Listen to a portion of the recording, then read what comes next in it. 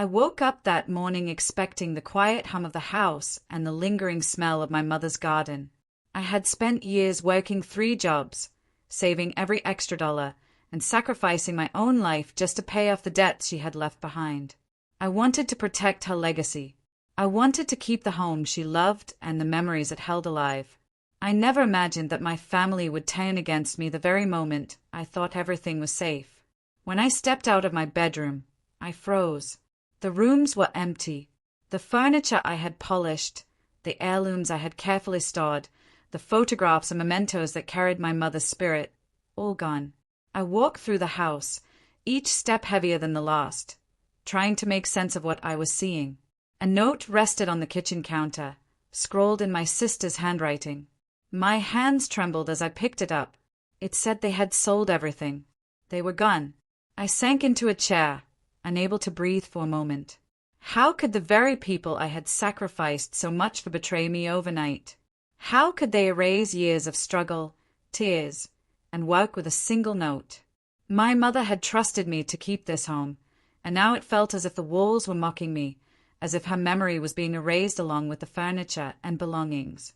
I tried to recall the last conversations I had with them, the promises they had whispered, the smiles that had now turned into lies. I had believed in them, and they had believed in me, or so I thought. But that morning, reality hit harder than any financial loss could have. Betrayal had a face, and it was staring back at me in the empty rooms. I could feel my heart pounding in my chest, a mixture of anger, grief, and disbelief. Every sacrifice, every sleepless night working to clear my mother's debt, felt meaningless. The house that had once been a symbol of her life and my dedication now felt like a hollow shell. I wanted to scream, to call for them, to demand an explanation, but my throat tightened with shock. I picked up the note again, reading their words as if they would suddenly make sense. They acted as if my efforts had been optional, as if their betrayal carried no weight. I felt a wave of isolation wash over me. This was my family, my own blood, the people I had trusted more than anyone else. And yet, in one swift, selfish act, they had cut me off completely, leaving nothing but silence and a house emptied of its soul. Even in that gut-wrenching moment, I realized I had a choice. I could let the betrayal crush me completely, or I could find a way to reclaim what mattered most: my dignity, my mother's legacy, and my own sense of strength. I didn't know how yet, but I promised myself I would not let their betrayal define the rest of my life. If you have ever felt the sting of betrayal from those closest to you, I want you to pause and think about it for a moment. Because this story is about what happens when loyalty is taken for granted and how I turned that pain into action. If you can relate to this, please like this video, subscribe to the channel, and share in the comments where you are watching from. Your voice matters, and sometimes sharing your story is the first step in reclaiming your own power. That morning, as I looked around the empty house, I knew one thing for certain. This was no ordinary loss. This was a betrayal that would change everything, and I was ready to uncover the truth behind why my family had abandoned me when I had done nothing but give everything I had. I grew up watching my mother move through life with quiet strength. She was a woman who carried burdens she never spoke of, and yet she always made our home feel warm, safe, and full of love. I remember her hands, rough from work, yet gentle whenever she held mine. She worked hard to make sure we had what we needed, often putting her own comfort last. Her life was a series of sacrifices that I only fully understood as I got older. When my mother fell ill and eventually passed, I inherited more than her home. I inherited the weight of her struggles, the unpaid bills, the loans that had piled up quietly, almost invisibly, over the years. I remember sitting at her kitchen table, staring at the paperwork, feeling the full force of responsibility pressing down on me. I was exhausted just looking at the numbers, but I knew what I had to do. My mother had dreamed of leaving us her home, the house where she had poured all of her love and life into every corner. I promised her I would protect it, no matter what it took. I began working relentlessly. I took on 3 jobs, sometimes more, just to make sure the debts were cleared. I learned the rhythm of sacrifice in a way that only someone who has been trusted with another person's dreams can understand. I gave up nights out with friends, skipped vacations, and pushed aside even small joys. Every dollar I earned, every extra shift I took, I reminded myself that this was not just money, it was keeping my mother's memory alive. Each payment I made felt like a small act of devotion, a brick added to the foundation she had built with her own hands. The house itself became a symbol of her life and her hopes. I spent hours cleaning, maintaining, and repairing it. Every time I polished the wooden floors, dusted the shelves, or arranged the photos on the walls, I felt her presence guiding me. I would sometimes run my fingers over the frames of old photographs, remembering her smile, the laughter that had once filled the rooms. This was more than a house. It was a living memory, a shrine to her courage and resilience, and I swore to protect it at any cost. Yet, as much as I loved my mother, I could feel the weight of the promise I had made. I worried constantly. Could I really hold it all together?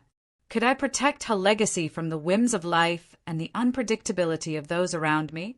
I knew that one careless act or one selfish decision from someone I trusted could unravel everything I had fought to preserve.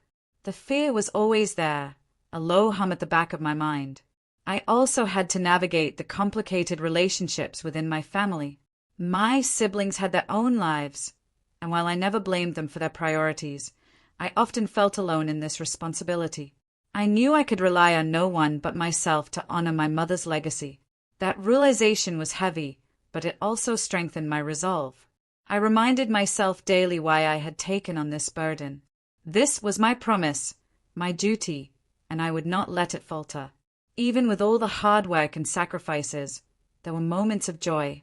I would walk through the garden she had tended so lovingly, smell the roses she had planted, and feel a sense of pride. I thought about the memories she had left behind, the lessons she had taught me about perseverance, kindness, and integrity. I imagined her looking down, satisfied that her daughter was keeping her dream alive. Those moments made the exhaustion worthwhile. But underneath the pride and love, there was always an undercurrent of worry.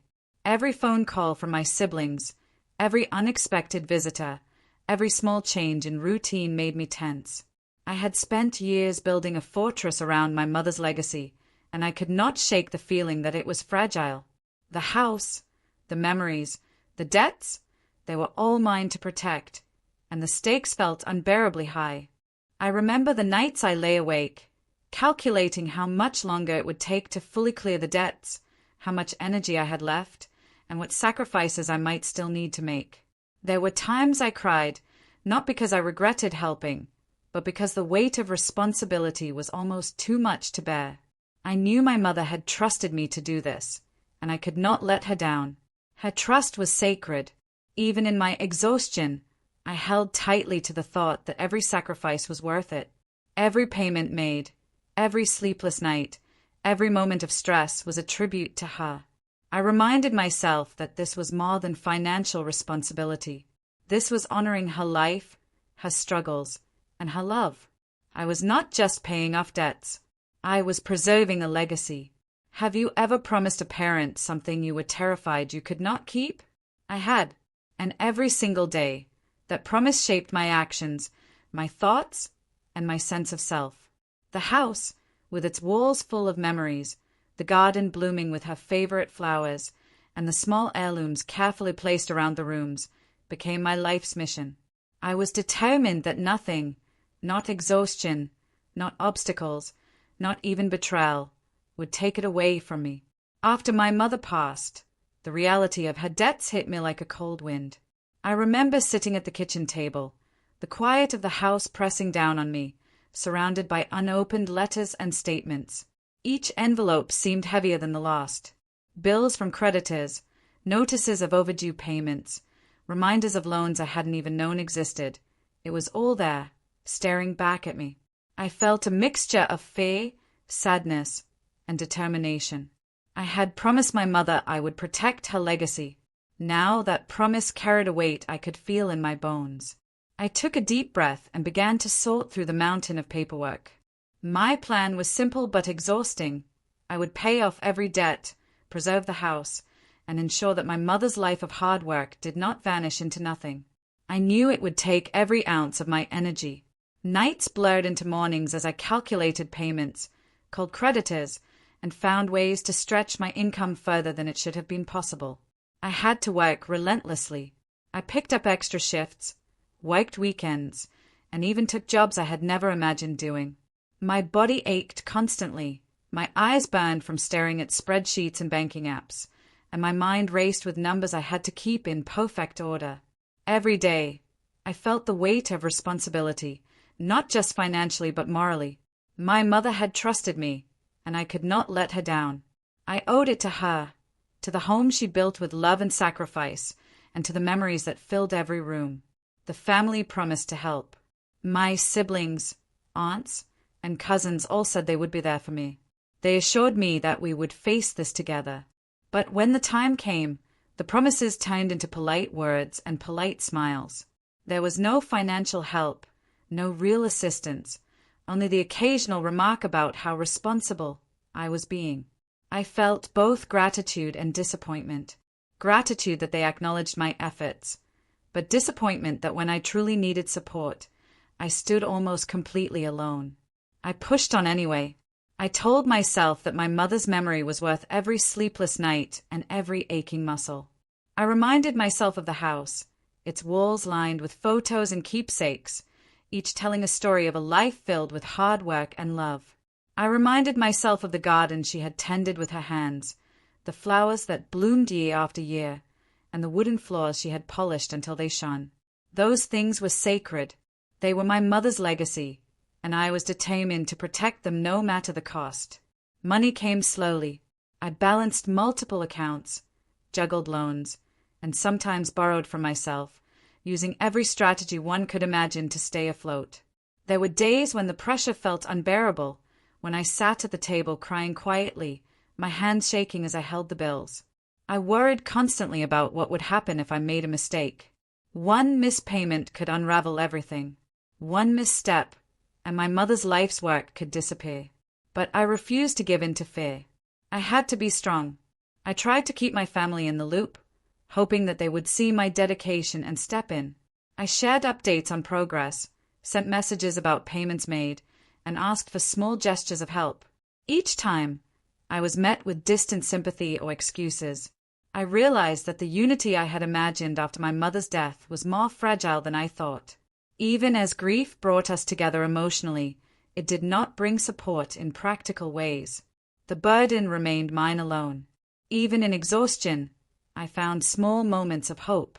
When a payment went through, I celebrated quietly.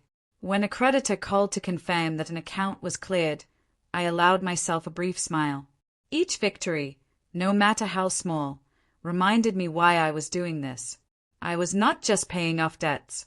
I was honoring my mother, protecting her home, and keeping alive the memory she had entrusted to me. But there were also moments of anger. I felt frustrated that those I expected to share the responsibility were absent. I questioned whether my sacrifices were truly appreciated. I wrestled with feelings of betrayal, wondering if my family would ever see the lengths I had gone to preserve what my mother had built. Even so, I refused to let those feelings distract me. I had a job to do, and I would see it through. There were nights when I fell into bed, exhausted beyond belief, but unable to sleep because my mind refused to rest. I went over every number, every payment, every plan. I imagined what would happen if I faltered. The fear was constant, but it sharpened my resolve. I reminded myself that I was strong, just like my mother had been. She had faced challenges without complaint, and I could do the same. Through all the work, the sleepless nights, and the relentless pressure, I never lost sight of why I had taken on this responsibility. It was about more than just money. It was about honoring my mother's memory, protecting her home, and keeping her legacy alive.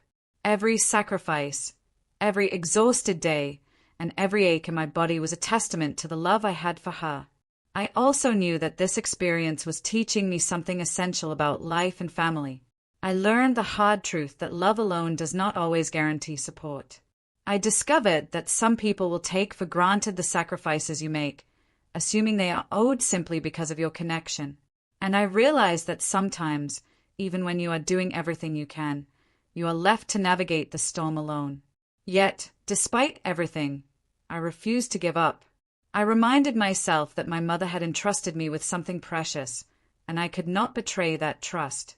I took a deep breath, rubbed my tired eyes, and prepared for another long day. I knew that with patience, determination, and relentless effort, I could see this through. I would protect my mother's legacy, clear every debt, and preserve every memory she had worked so hard to leave behind. Have you ever shouldered someone else's debt out of love, even when it meant breaking yourself? I had, and every day, that decision shaped my life, tested my endurance, and reminded me what it truly meant to honor a promise. I believed my family was my anchor.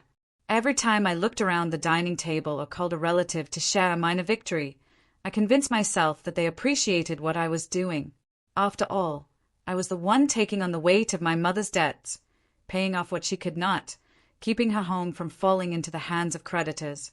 I thought that once everything was settled, the smiles would be genuine, the hugs heartfelt, and the gratitude constant.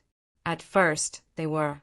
My sister would call late at night, thanking me for covering tuition or medical bill I had taken care of.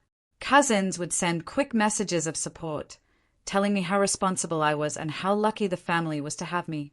Small gestures of acknowledgement like this gave me hope. Each word felt like a pat on the back, a sign that what I was doing mattered. I clung to those moments, repeating them in my mind when the exhaustion of multiple jobs and sleepless nights weighed heavily on me. I allowed myself to believe that we were all in this together. I pictured family dinners where laughter filled the air, where we would toast not just to surviving financial hardship, but to thriving as a united family. I imagined the day when my mother's home would be debt-free, and everyone could come together to celebrate her legacy. It was a comforting thought, a promise that the sacrifices I made were temporary and that the love and support I gave would return to me in full. But there were signs, subtle ones that I chose to ignore because I wanted to believe in my family. Sometimes a cousin would glance at me when I entered the room, a fleeting smirk that disappeared too quickly to question. My sister would say one thing to my face but mutter something different when she thought I wasn't listening. I would notice the way family members sometimes whispered among themselves during phone calls or gatherings, pausing when I joined the conversation.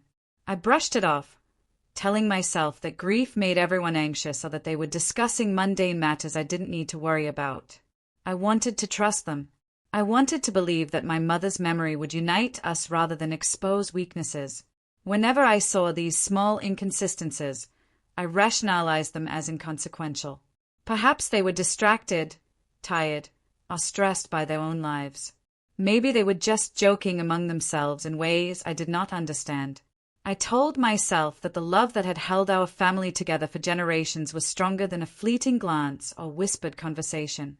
The more I gave, the more I convinced myself that my family appreciated it. I covered tuition payments, medical bills, and other debts quietly, never asking for repayment. I stayed up late, worked multiple jobs, and even postponed my own plans and personal desires, all because I believed that when the time came, my family would acknowledge everything I had done.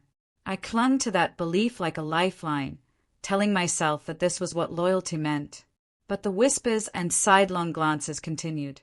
I noticed a few inconsistencies that bothered me slightly but did not feel like enough to challenge the trust one had built. There were receipts I saw casually left on tables that did not match what I knew of the family's financial struggles. There were social media posts showing trips or purchases that made me pause for a second before rationalizing them away. I wanted to see gratitude and togetherness, so I saw it. I wanted unity, so I overlooked the cracks. Sometimes I would catch a family member looking at me in a way I could not read. It was not always negative, but it was not entirely warm either. My instincts told me to ask questions, to dig deeper, to find out why the looks felt slightly off. But I pushed the feelings aside. I convinced myself that I was overthinking, that exhaustion made me paranoid. After all, everything would be fine once my mother's debts were cleared. Peace would return. My efforts would be recognized. The house would be secure, and the family would celebrate together. Even with the faint unease I sometimes felt, I continued to prioritize their needs above my own. When a sibling called asking for money for a small emergency, I sent it without hesitation. When a cousin needed help covering a minor bill, I was the first to respond. Every act of generosity felt like another step toward the day when the family would finally see what I had done. I imagined the moment when everyone would gather in my mother's home, free of debt, free of stress, and free of any lingering tension. That vision kept me going through long nights and aching days. I also shared updates, hoping that transparency would reinforce trust. I would call or message family members to let them know which debts had been cleared, how much progress I had made, and what steps were coming next. Each time, I expected gratitude, reassurance, or at least acknowledgement. Instead, I often received polite words that felt hollow, quick thanks that lacked warmth, or brief reassurances that did not match the magnitude of my efforts. Yet, despite these subtle signs, I clung to hope. I told myself that once the final debt was cleared, the family would feel the weight of my sacrifices and show their appreciation. I imagined that my mother's legacy would be honored not just by my work but by their recognition. That hope carried me forward, even when I was exhausted beyond reason, even when my back ached and my eyes stung from sleepless nights. I did notice moments of subtle envy. A cousin would casually mention a purchase they had made, or a sibling would talk about a small treat they enjoyed while I worked overtime. I caught myself feeling a flicker of frustration, a sense that maybe my efforts were being taken for granted. But I quickly buried those feelings beneath the larger purpose of my mission. I had a promise to keep. My mother had trusted me, and I could not fail her. Looking back, I realized that these were early warning signs. The subtle avoidance, the whispers, the social media posts, the fleeting smirks, all of them pointed to a reality I refused to face at the time. I chose to believe the best because I needed to believe the best. I wanted to protect my mother's memory and preserve my own sanity. I told myself that family would come together in the end, that loyalty and love would win. But even as I held on to hope, a seed of doubt had taken root. It was faint, barely noticeable, but it was there. I noticed the odd glances, the small inconsistencies, and the whispers that stopped when I entered the room. I felt the pang of unease but quickly rationalized it away. I had no choice but to trust, because trusting was the only way I could continue to carry the weight of my mother's debts and honor her legacy. Would I notice the warning signs, or would I choose to believe the best? I chose to believe the best. Every time I ignored a red flag, every time I overlooked a small betrayal, I convinced myself that my faith in family would be rewarded. I had no idea how quickly that faith would be shattered. I remember the moment like it was yesterday. I had finished making the last payment, the final installment that would finally erase the weight of my mother's debts. It was early evening, and the sun cast a warm glow across the living room, reflecting off the polished surfaces that I had kept spotless through months of exhaustion. I sat on the couch, my hands trembling, not from the money I had spent but from the sheer relief flooding my body. I had done it. Every loan, every interest, every late-night panic had ended here. Tears rolled down my cheeks as I thought about my mother. I imagined her standing beside me, smiling, proud, perhaps even laughing at my clumsy excitement. I could almost smell the scent of her favorite flowers she had planted in the garden, the roses, the ones I had promised to keep alive after she was gone. 4 years. She had worked tirelessly, sometimes at the edge of exhaustion herself, never complaining, never asking for help. And now, I had honored her in the way that mattered most. I had saved her legacy. I sank deeper into the couch and let myself feel the relief. Months of working 3 jobs, of skipping meals and social events, of pushing my own dreams aside, had led to this single moment of triumph. I felt proud, exhausted, and lighter than I had in years. The house felt warmer, almost alive with the energy of something finally being settled. That evening, my siblings came over to celebrate with me. Their faces were bright, their smiles wide, their words full of congratulations. They clinked glasses, laughed at little jokes, and reassured me that everything was finally taken care of. For a few minutes, I let myself enjoy the illusion. I believed in the celebration, in the joy of the family that had leaned on me for so long. I told myself that this was how things would finally be: recognition, gratitude, and togetherness. I shared my own small victories with them, showing them how I had managed to pay off everything. I watched their expressions carefully, trying to see a flicker of genuine admiration or warmth. They nodded, complimented my efforts, and for a moment, I thought maybe I had been wrong to worry about gratitude. Maybe family could be as dependable as I had always hoped. That night, I went to bed with a sense of peace I had not felt in years. I had wrapped myself in a blanket, feeling the cool sheets and the quiet hum of the house, finally allowing my body to relax after months of tension. I pictured my mother's garden, the roses swaying gently in the breeze, and imagined hosting family dinners in the living room, where laughter would echo off the walls and the warmth of our unity would be complete. I drifted into sleep with the certainty that I had done everything right. Every sacrifice was worth it. Every late night and every extra shift had led to this moment of security and accomplishment. I allowed myself to dream of a future where my mother's home would be the center of love, not debt. Morning came quietly, softly at first, but the peace I had felt the night before shattered within minutes. I opened my eyes to sunlight streaming through the windows, warm and bright, but it did nothing to chase away the unease settling in my chest. Something felt wrong before I even opened the bedroom door. The silence was too heavy, too absolute, too unfamiliar. I stepped into the hallway and froze. The house was empty. Every piece of furniture had been moved, every heirloom gone, every item that had once carried my mother's memory vanished. The air smelled faintly of dust and something metallic, like the residue of hurried hands. My stomach twisted as I took in the sight: the stripped shelves, the hollow spaces where photographs and keepsakes had sat for decades. Then I saw it, a single note resting on the kitchen counter, written in a hand I recognized immediately. My fingers shook as I unfolded it, my eyes scanning the words: "We are done. The house is ours. Goodbye." There was no signature, no explanation, nothing but the cold finality of the message. Shock pinned me to the floor. I had given everything, worked myself to the brink, and trusted the people I loved. And now, in one swift act, they had erased every ounce of gratitude, every memory of sacrifice, every ounce of hope I had clung to. My mother's home, the symbol of our family's perseverance, love, and her lifelong work, was gone. In hours, what I had spent years protecting was stripped from me. I sank to the floor, tears burning my eyes, as I tried to comprehend the betrayal. I thought of the long nights, the exhaustion, the endless worry. Every sacrifice felt meaningless. Every sleepless night, every skipped meal, every postponement of my own dreams had been taken for granted, discarded like something insignificant. The betrayal cut deeper than any financial loss. It was not just the house, the belongings, or the money.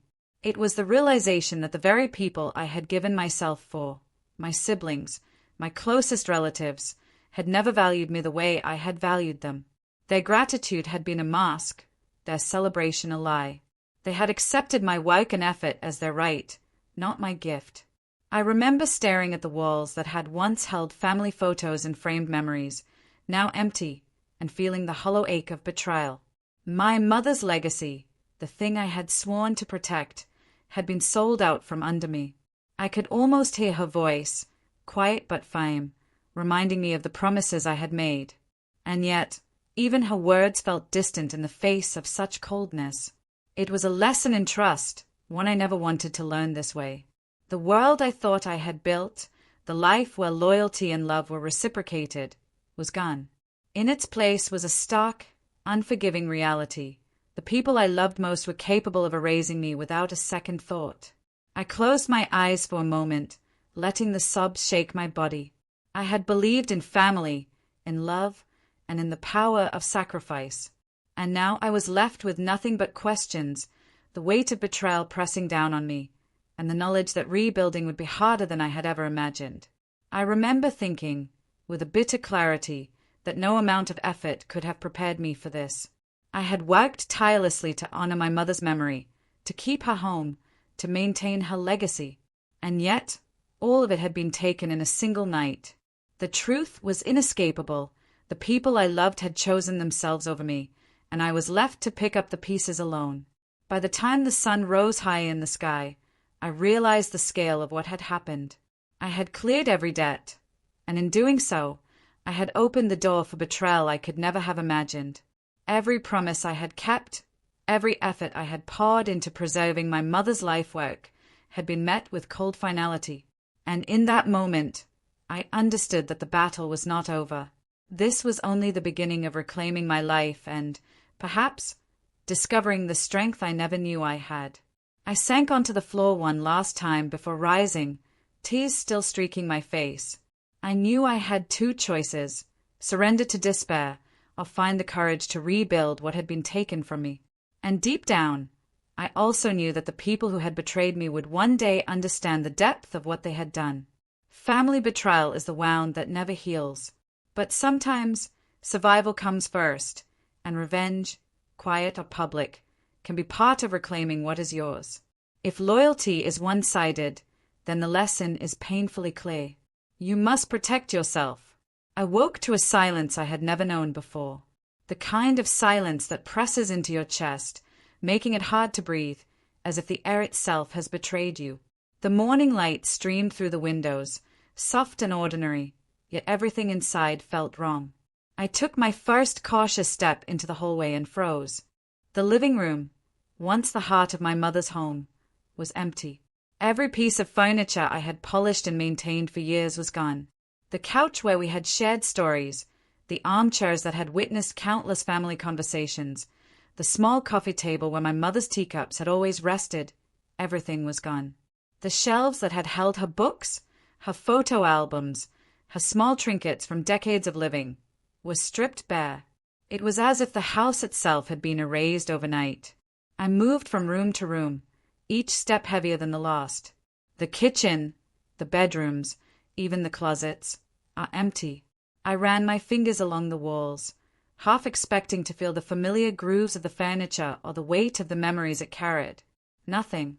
Just walls. Just emptiness. And then I saw it, a note, lying neatly on the counter, as if it had been placed there with deliberate calmness. My hands shook as I picked it up, unfolding it slowly, bracing for the words that would either explain this madness or deepen it. They were simple words, brutally so. We are done. The house is ours. Goodbye. I read it again, hoping that my mind was playing tricks on me. But the words remained, black ink on white paper, cutting through the fragile shell of relief and pride I had felt just the night before. I had sacrificed everything for this family, carried debts, sleepless nights, exhaustion, and now they had repaid me with betrayal and cold finality. I sank to the floor, the note slipping from my fingers, as nausea twisted my stomach. My throat tightened with the weight of disbelief. How could they do this? How could they take everything my mother and I had worked for, everything I had poured my life into, and leave me with nothing but an empty house and a piece of paper? Rage surged first. My fists clenched, my body trembling. I wanted to scream, to throw something, to let the anger take over completely.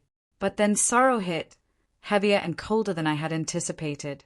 Tears came, not in the gentle flow of relief or release, but sharp, biting, and unstoppable. I cried for the memories, for the years of effort, for the love and trust one had given freely, now spat back at me as betrayal. I sat there on the floor, in the midst of emptiness, trying to process what had happened. Every picture I had taken down, every heirloom, every piece of furniture had vanished. The echoes of laughter, the warmth of family, the late-night talks and whispered secrets, all of it gone. In that instant, the house felt less like a home and more like a mausoleum of promises broken. I thought about my mother. I thought about her dreams for this house, her hope that it would be a place where family gathered, where love and care thrived. And I realized with a stabbing clarity that her legacy, the one I had fought so hard to preserve, had been stolen.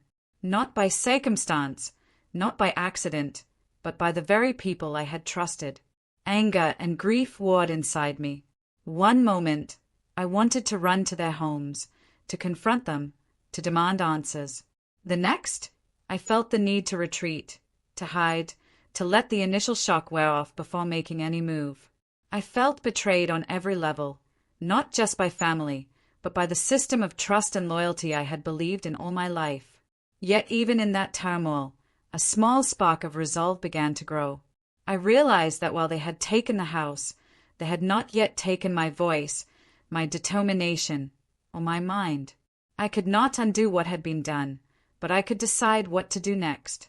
Rage and sorrow were natural, but they were not the end. They were the starting point for reclaiming myself, for building a life that honored my mother's memory in a way they could never destroy.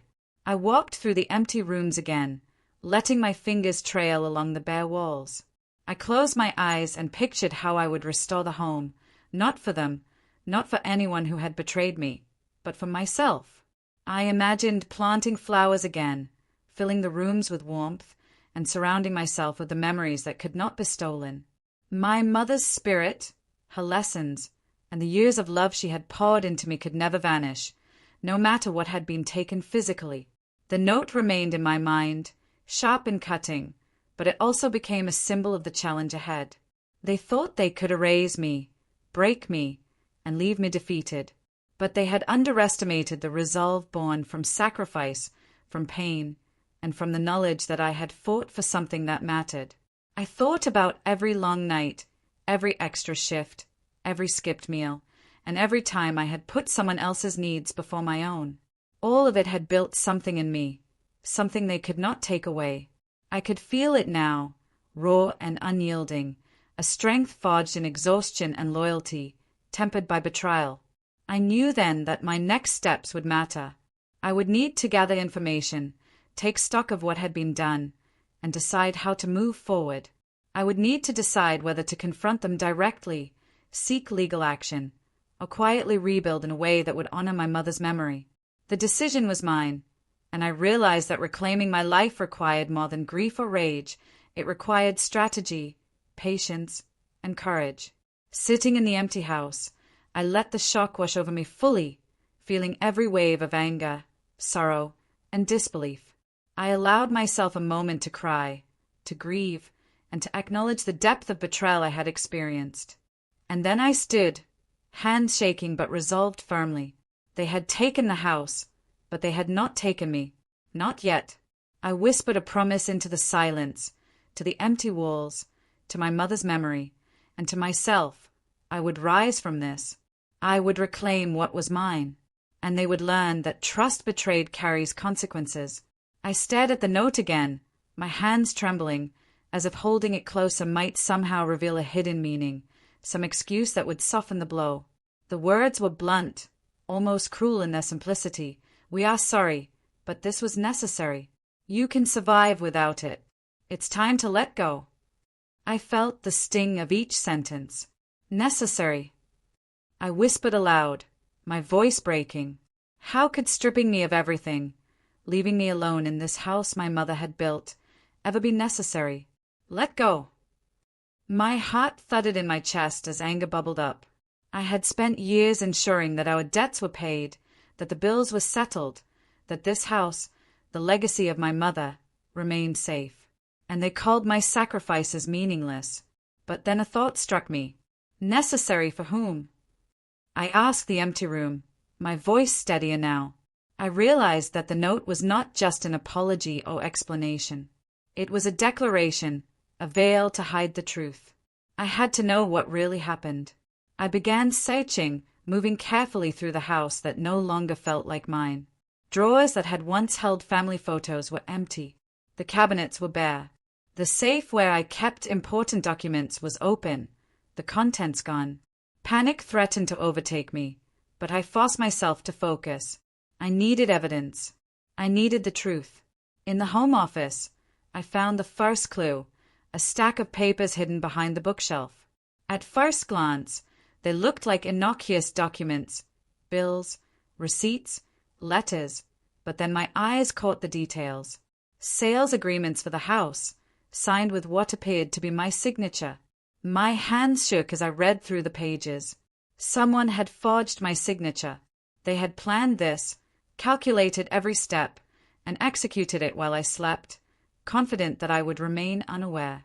I sank into the chair, gripping the arms, trying to steady my breathing. The betrayal was far deeper than I had imagined. It wasn't a spur-of-the-moment decision. They had mapped this out in advance, plotting to take everything I had fought for, everything I had labored to protect. The very people I had trusted, the people I had sacrificed for, had conspired behind my back. More papers revealed hidden bank transactions. Money had been moved out of joint accounts, transferred to accounts I had never seen before. It was meticulous, almost surgical, the way they had erased their tracks. I felt sick, a mix of disbelief and fury washing over me. Every late night I had spent, every extra shift I had taken to pay off debts, every meal skipped, every time I put myself last, it had all been exploited. I began piecing together the timeline. The payments, the phone calls, the promises, they all made sense now in a cruel, twisted way. I had been blind to their greed, too focused on doing what was right by my mother and by them. I realized that their smiles, their reassurances, and their celebrations had been part of the deception. They had been acting, rehearsing a betrayal that they had perfected long before the day of the final payment. Anger surged, hot and unrelenting.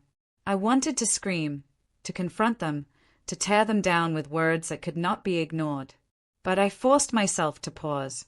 Acting in haste would only play into their hands. I needed a strategy. I needed to expose the betrayal fully, to make sure that the truth could not be hidden or denied. I spread the papers across the table, examining every detail. The forged signatures were convincing, but not flawless. I noticed inconsistencies, tiny mistakes that only someone familiar with my handwriting might have made. The bank transfers had traceable points, slight delays and verifications that could be documented. Each clue became a weapon in my mind, a tool to reclaim what had been stolen. I thought about my mother's legacy.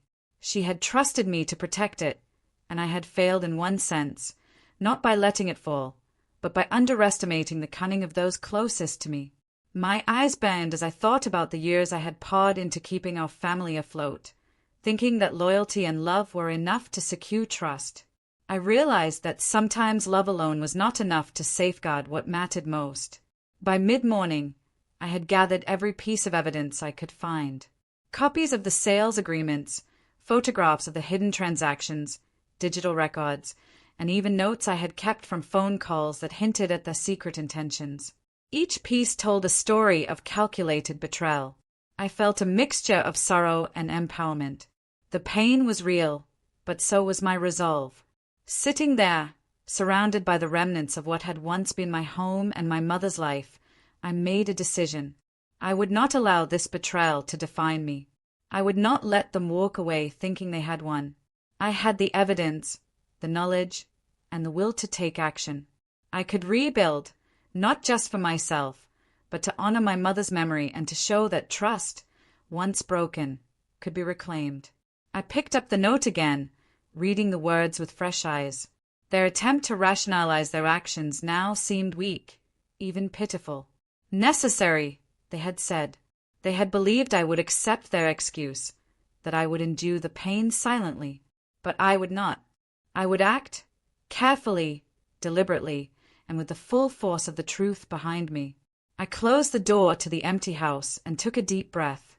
The silence was no longer suffocating. It was a challenge, a space in which I could plan, gather strength, and prepare for what was to come. I felt the anger transforming into focus, the sorrow into strategy. The betrayal had been total, complete, and almost perfect. But I had one advantage they had not anticipated: my resolve, my knowledge, and the awareness that every small clue could be leveraged. I would not simply mourn what was lost.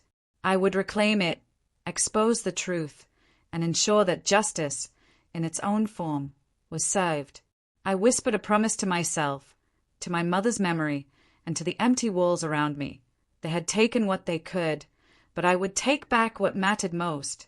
And when the day came for them to face the consequences of their actions, I would be ready. I woke that morning with a sense of determination I hadn't felt in years. The betrayal still burned, raw and relentless, but I refused to let it crush me. The house was empty, the walls stripped bare of memory, yet I felt a spark of control returning. I was not defeated. I would fight. The first step was to organize the evidence I had gathered. The forged signatures, the bank transactions, the hidden sales agreements, and the note were all pieces of a puzzle that revealed the full extent of their deception. I made copies, photographed documents, and catalogued everything carefully. If they thought I would sit silently while they erased years of sacrifice, they were wrong. I reached out to a lawyer I trusted, someone my mother had used years ago. I explained the situation, going over the evidence step by step. The attorney's eyes widened as I laid it all out.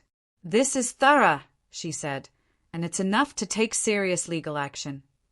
For the first time since waking to the empty house, I felt a flicker of hope. I was not powerless. Next, I had to confront the family. I called a meeting, arranging it carefully to ensure I maintained control. When they arrived, the atmosphere was tense. I could see the surprise in their eyes as I presented the evidence. Faces that had smiled in false celebration now paled in fear. "You thought I wouldn't notice," I said, my voice steady, but I saw everything. Every plan, every secret move. Some broke down instantly, guilt etched on their faces. Others reacted with anger, lashing out with words that were meant to intimidate, but that only strengthened my resolve. I refused to be intimidated. I answered their questions calmly, exposing the lies, pointing out the inconsistencies, and highlighting the evidence that proved their betrayal. In the days that followed, I filed legal action to recover what had been taken and to ensure accountability. I contacted the authorities with every document I had. The bank verified the irregular transactions, confirming the deception. Sales agreements were scrutinized and invalidated. It was meticulous work, each step carefully planned to avoid giving them any room to manipulate the outcome. Through it all, I felt a mix of emotions, anger, satisfaction, and an almost eerie sense of calm. I realized that revenge was not about cruelty, it was about reclaiming dignity and showing that betrayal has consequences. I refused to allow my pain to be wasted. I transformed it into strategy. Family dynamics began to shift. Those who had plotted the betrayal faced scrutiny from the community. Whispers spread about their actions. Some tried to deny it, but the evidence was undeniable. I watched as their carefully constructed lies began to crumble, piece by piece. I did not gloat. That was not my purpose. My purpose was justice, not humiliation. At home, I slowly began to restore order. I retrieved what I could of my mother's legacy, replacing stolen items where possible and documenting the recovery process. Each reclaimed object, each corrected document, felt like a small victory, a reclamation of both memory and power. I felt my confidence returning, my sense of self-worth solidifying. Emotionally, I found strength in refusing to remain a victim. Each confrontation, each legal filing, each correction of their wrongs reminded me that I had the power to protect what mattered. I realized that justice was not about revenge in the traditional sense. It was about refusing to be erased, about standing firm even when betrayal cuts deep. I began sharing parts of the story with trusted friends, careful not to reveal every detail. The support I received reinforced my belief that exposing the truth, when done correctly, could restore dignity. I also found unexpected allies in those who had witnessed the family's greed but had felt powerless to intervene. Their encouragement added fuel to my resolve. As weeks passed, I noticed changes in the perpetrators. Some became quiet, withdrawn, ashamed of being exposed. Others continued to lash out, but their attacks lacked the confidence they once had. Every reaction reminded me that the truth, when wielded wisely, is a force more powerful than fear or manipulation. I sat one evening in the living room, looking around at what remained of my mother's home. It was not perfect, but it was mine again. I had survived the betrayal, reclaimed the legacy, and proven that even in the face of deceit, resilience could triumph.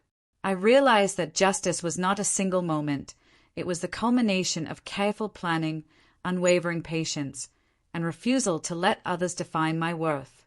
I whispered to myself, softly but firmly, I will not be erased.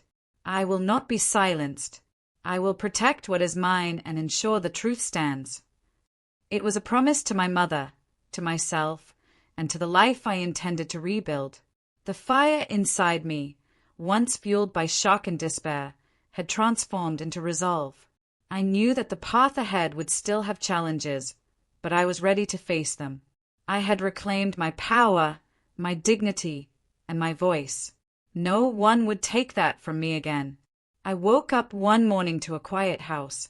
The chaos of the betrayal had passed, but its echoes lingered. Some family members had tried to spin stories, claiming innocence or ignorance, but the evidence was undeniable. Their reputations had taken the hit that matched the pain they caused me. I didn't celebrate their downfall. I simply acknowledged the balance of justice restored. The legal battles were exhausting, far from over in some cases, but I had won the most crucial victories. The forged signatures were invalidated, and some of the stolen property was recovered. Financial restitution was partial, but it symbolized acknowledgement, proof that their actions could not go unchallenged. I found satisfaction not in revenge, but in seeing truth acknowledged and deceit exposed. Sitting in what remained of my mother's home, I felt her presence stronger than ever. The walls were stripped, yet memories filled the spaces she once loved. I planted her favorite flowers in the garden and carefully displayed what I had been able to save. These small gestures became my quiet rebellion against the erasure I had endured. My mother's spirit was intact, alive in the choices I made to honor her legacy. I realized that legacy is not merely the objects we'll leave behind. It is the strength we inspire, the love we share, and the resilience we nurture. The house, the heirlooms, the tangible symbols, they could be taken, sold, or destroyed. But the values my mother instilled in me were untouchable. My dedication, my perseverance, my refusal to be erased, they were the true inheritance, and I carried them forward proudly. The family I had trusted still lingered at the edges of my life. Some tried to reconcile, offering apologies that rang hollow. I listened politely but kept my boundaries firm. Trust, once broken, cannot be fully restored. I learned to differentiate between forgiveness and vulnerability. I could acknowledge their existence without surrendering my strength or reopening old wounds. I took time to reflect on my own growth. Each sacrifice, each sleepless night, each moment spent defending my mother's memory had forged a resilience I had not known I possessed. I was no longer defined by what I had lost, but by how I had responded. My story was no longer one of victimhood, it was one of empowerment. Community reactions were varied. Neighbors who had witnessed the betrayal whispered about the family, some expressing sympathy, others judgment. I felt no need for validation. The truth stood on its own, undeniable and unshakable. The lessons were mine to carry, and they were far more valuable than any external acknowledgement. I also began to rebuild small parts of my life that I had neglected while focusing on protecting the legacy. I revisited hobbies, nurtured friendships, and allowed myself moments of joy I had denied for too long. These choices were quiet but significant, proof that survival is not only about enduring but about reclaiming life in full. As I walked through the garden, feeling the soil beneath my fingers and the scent of flowers in the air, I understood something profound. What had been stolen could never touch the core of who I am. Strength, resilience, and love cannot be removed by greed or betrayal. They are cultivated and preserved through action, intention, and memory. I thought of my mother, her wisdom and gentle guidance echoing in my mind. She had trusted me to protect what mattered, and in doing so, I had discovered the deeper truth of legacy.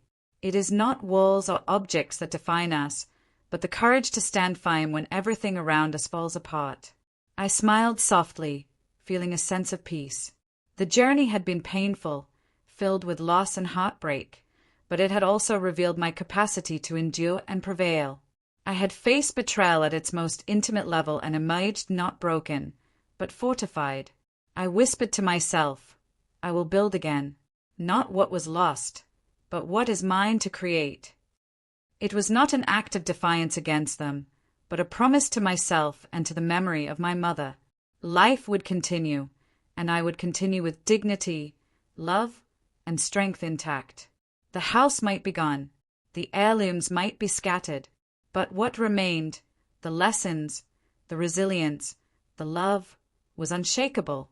I carried my mother's legacy not in possessions, but in my heart, in my actions, and in the life I chose to rebuild. I spent countless nights staring at the ceiling, wondering if all my sacrifice had been for nothing. Every dollar I earned, every hour I worked, every skipped meal or missed moment had been for my family, or so I believed. I had carried debts that weren't mine, buried my own dreams, and poured my energy into saving what my mother left behind. I thought I was building something unbreakable, a legacy of love and loyalty. Then I woke to an empty house. The rooms that had once echoed with laughter and memories were silent. Every piece of furniture, every cherished heirloom, gone. The note left behind cut sharper than any knife. The absence screamed louder than words ever could. In one night, the world I had struggled to protect disappeared, and I realized that trust is both fragile and precious. I had given everything, and yet it had been stolen without hesitation. Pain and anger collided inside me. I felt crushed by betrayal, by the cruelty of those I had loved most. But alongside that pain, a fire began to grow. This was not the end. I refused to be erased. My mother's legacy was more than objects or walls. It was the spirit she instilled in me, the strength to stand, the courage to act, the determination to honor what mattered. I reminded myself of the long nights waking 3 jobs, of the endless effort to pay off debts, of the moments I thought I could collapse but pressed on anyway. Those sacrifices had shaped me. They had built resilience I hadn't fully understood until it was tested. The house might have been emptied, but my capacity to endure and rebuild could not be taken. I began to reclaim my life, step by step. I documented evidence of the betrayal, connected with legal counsel, and carefully prepared to face those who had wronged me. I watched as some family members faltered under scrutiny, their excuses and denials crumbling. Justice was not immediate, and it was not perfect, but it was possible. I discovered that survival is not passive. It requires attention, courage, and sometimes confrontation. Even as the dust settled, I felt a profound shift inside. I no longer measured my worth by others' acknowledgement or gratitude. My mother's legacy, the values she lived and taught, were alive in my decisions, in my ability to protect what could not be stolen. I chose to honor her not by reclaiming every lost item, but by refusing to let betrayal define me. Community whispers and judgments reached my ears, but I listened only for lessons, not validation. I found solace in the small victories, planting flowers my mother loved, reconnecting with friends, rediscovering passions I had set aside. Each act was a reminder that life continues, and strength comes from how we respond when the world turns against us. Looking back, I see the story in 2 parts: the nights I worked endlessly to pay off debt, and the morning I found the house empty. Both moments tested me, each in a different way. One built me up, the other challenged every fiber of my being. Together, they shaped the woman I am today, resilient, aware, and unwilling to be erased. I understood at last that legacy is not about possessions. It is about character, courage, and endurance. The people who betrayed me tried to claim my mother's legacy as their own, but they could not touch the part of it that lives in my spirit. I carry it with me, unbroken, guiding every decision and every step forward. I also learned to redefine family. Blood ties are not guarantees of loyalty or love. Some bonds can fracture under pressure, revealing selfishness and greed. True legacy and true family lies in commitment, honesty, and respect, not mere lineage. Those who hurt me are a reminder that love and sacrifice can be exploited, but that does not mean I have failed. It means I am human, and I have survived. I take a deep breath, feeling the weight of the past lift slightly. I am no longer defined by what was stolen, but by the choices I make now. I choose dignity over despair, growth over bitterness, and action over resignation. The house may be gone, the heirlooms may be lost, but my spirit, my resolve, and the memory of my mother remain intact. As I stand in the garden, touching the soil, I remember why I fought so hard, for the values she taught me, for the strength she inspired, for the lessons she left behind. Betrayal tested me, but it did not destroy me. I have survived, and I will continue to thrive. I whisper to myself, softly but firmly, I will honor her in every choice I make, in every day I live. I am her legacy, alive and unbroken. Now, I want to know, if your own blood erased your sacrifices overnight, would you forgive or forget? Remember to subscribe now for more stories of betrayal, survival, and justice. And tell me, could you ever forgive a family that stole everything from you?